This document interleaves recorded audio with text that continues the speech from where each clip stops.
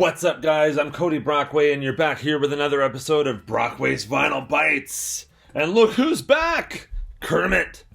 Say hi, Kermit. Hi, Kermit! No, not to yourself, to the viewers. Hi, viewers! Well, Kermit, this is the first time you've ever actually spoke on camera to the lovely viewers of Brockway's Vinyl Bytes, so thank you so much for joining us. You're welcome! It's great to be had! I'm sure it is. Alright, Kermit, let's sit you up over here, and let's just give a quick thanks to Kermit for being part of this today. Thank you, Kermit. You're welcome! Yeah, he's awesome. We love Kermit the Frog, and another shout out and another thank you to Mr. Scott Lade and friends over at the Prog Corner here on YouTube. They've been so nice enough to actually let me join them for a couple of live streams over the last couple of weekends. So last weekend we did a video called Why We Love King Crimson, and today we actually did a video called Our 10 Favorite Frank Zappa Songs, where all of us on the panel all picked our top 10 favorite Frank Zappa songs. Now that was really hard to do because obviously Frank Zappa is he has such a varied catalog, right? And he's such a great musician, but we were able to do it and it was a lot of fun. So much thanks to those guys over at the Prog Corner for letting me be part of all the fun, and hopefully I'll get to join them in the future sometime for some more. Stay tuned. But here today on Brockway's Vinyl Bytes is Day 6. Day 6 of the 12 Days of Progmas. Right here on Brockway's Vinyl Bytes. That's right, so if you aren't caught up to speed with what the 12 Days of Progmas is, let me just give you a brief rundown of what's going on here. So every day on the channel from December 12th to December 23rd, I go into my record collection and I pull out one great album per day over that 12 days, all prog rock or prog metal or prog anything as long as it's prog related. We're talking about it on the 12 Days of Progmas. So it could be a classic album like today's. It could be a modern day album. We've done a couple of those so far. And so it's a mixed bag of prog here on the 12 Days of Progmas on Brockway's Vinyl Bytes. But the album we're talking about today is definitely a classic one. I don't think anyone will dispute that. Of course, it is Jethro Tull's Thick as a Brick. And of course, this is the newspaper edition where it opens up like an actual newspaper. It's got stories and stuff inside like an actual newspaper would. The front page is actually an article about the 8-year-old genius Gerald Bostock. As you can see, he's actually being presented an award by Winston Churchill here because he's a genius, and that's what the whole concept, that's what the whole story of this album is about. The lyrics all tell a story of this 8-year-old genius kid who is just so mentally advanced and intellectual that it's not even funny, folks. That's right. No humor here on Brockway's Vinyl Bytes. No.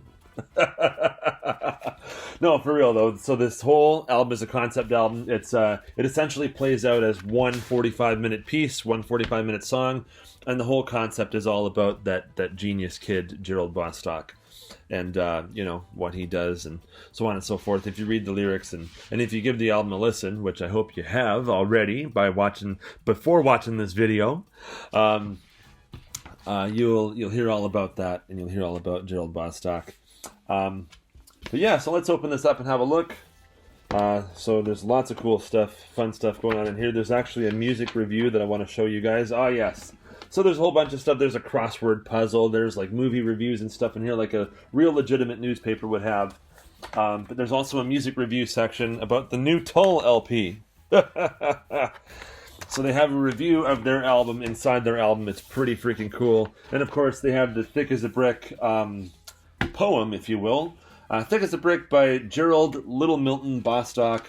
We print here for all to read Gerald Bostock's controversial poem, Thick as a Brick, which caused so much controversy. And then it's the lyrics to the whole Thick as a Brick piece. Really don't mind if you sit this one out. Yeah. I'm not going to sing for you, don't worry, but Oh my god, this album is absolute prog insanity. The musicianship on this is just nuts. These guys are playing like they're trying to save their own lives. And of course, the whole thing was technically written and produced by Ian Anderson. But it does have, of course, input from Martin Barre. Oh, I dropped the book. Hold on. Okay. So, of course, it does have input from all the other members of the band, which is, of course, Ian Anderson, who we mentioned. We got Martin Barre, we have John Evan, Jeffrey Hammond, and, of course, Barrymore Barlow. This is his first album with Jethro Tull.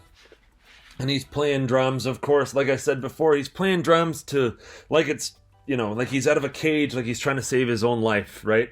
And we benefit, pun intended, of course, we benefit as the listener of this from that, because the whole band is playing so great. They're just they're really in their peak here. You can tell just from how the chemistry is flowing with the whole band. Ian and everyone in the group, they're peaking here, right? And they would stay on that peak level for a long time, if you ask me, because they would continue on a whole string of great albums, from Aqualung right up to Heavy Horses or A or one of those. There's 6 or 7 great albums in there, and this is one of them. This is arguably my favorite Jethro Tull album. It's total prog insanity, right? It's of course it's a 45-minute song essentially, right? Split up into 2 parts, and it's just totally excellent. It's so ahead of its time. Despite the fact that it actually was released in 1972, but it's so ahead of its time, really. It's just an iconic album, and it's a highly influential record still to this very day. Of course, this is the anniversary set, the 40th anniversary set, which was later reissued for the 50th anniversary, which was last year. This has got the Steven Wilson remixes, stereo and 5.1 surround. We got CD and DVD in here. And we have all the news articles, of course, inside the booklet, just like the vinyl one. And of course, this one's got more pictures and such. Oh, I love this photo of the band. Look, they all look crazy. Look at this. There's Barrymore Barlow over here. There's Ian Anderson here. Just a crazy looking group, and they sound as crazy as they look. Trust me, in the most complimentary way. They are just totally. This band is totally on their own level. They got this heavy, almost metallic guitar. Then they have these moments with the flute, Ian Anderson playing the flute, and these beautiful, gentle melodies. And then they have the flute over top of the guitar in these metallic sections. It's just it is unreal. And the way the whole thing just flows so effortlessly, it's just beautiful. It's just wonderful. And, we are lucky that they put this album out. We are lucky as the listeners that this even exists. So thank you so much to Ian Anderson and fellas for making this incredible record, and for all the great music that Jethro Tull has made. We got Aqualung over here, and of course Kermit. Say hi again, Kermit. Hi again, Kermit. Oh my gosh. Okay. So that is Jethro Tull's Thick as a Brick, one of my all-time favorite albums.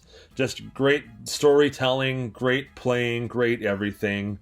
It's peak prog rock, just 1972 was one of the golden years for prog, for sure. Of course, there's many. There's 1971, 1973, 1977. Anyway. Jethro Tull, Thick as a Brick, and that wraps up day 6 of the 12 Days of Progmas right here on Brockway's Vinyl Bytes. Boom! Thank you so much for watching. We'll see you tomorrow for day 7 of the 12 Days of Progmas. Rock on! Yeah.